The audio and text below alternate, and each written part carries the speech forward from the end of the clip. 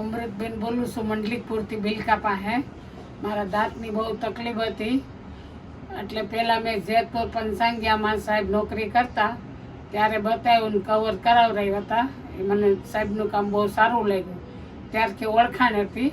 પછી મારે દાંતની હમણાં બહુ પ્રોબ્લેમ થઈ, કવર નીકળી ગયા હતા. એને 15 વર્ષ થયા હતા નખાવ્યા હતા એને. અને દાંતની પ્રોબ્લેમ નથી, કાંઈ ખવાતું નહીં, કોઈ વસ્તુ સવાતી નહીં, આપણે પાપડી ન ખવાતો. પછી મેં એમ થયું કે આ કરાવી લઈએ, એટલે પછી અમે અહીં જેતપુરથી અહીંયા આવ્યા રાજકોટ. અને અમે બે બહેનો આવ્યા. સાહેબે કીધું તપાસ કરીને જોઈને કે તમારી બેન એટલો ખર્ચો થાય અને દાંત તમારા સરસ થઈ જાય. પછી કીધું વાંધો નહીં, અમારે હાઈ ક્લાસ દાંત થઈ જવા જોઈએ. પછી સાહેબે કીધું વાંધો નહીં, થઈ જાય. પછી મને પહેલાં કીધું તું 15 દિવસમાં તમારે દાંત થાય, 3 ધક્કા થાય કે કાંઈ વાંધો નહીં જેમ કેમ. પછી સાહેબે એમ કીધું કે ના ના, તમને ધક્કા નથી ખવડાવવા, તમે અહીંયા રોકાઈ જાઓ. એટલે હું 3 દિવસ રાજકોટ રોકાણી. આખો દિવસ 3 દિવસ મારી ટ્રીટમેન્ટ ચાલી.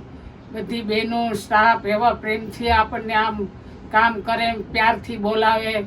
બા તમારે ભજન સાંભળવા છે, બાજુના ગીત સાંભળવા છે, આપણને દુખાવા ન દે અને પ્રેમથી વાતો કરતાં કરતાં મારું કામ કર્યું. સરસ મારું કામ કર્યું છે ને મને સંતોષ છે આ કામથી.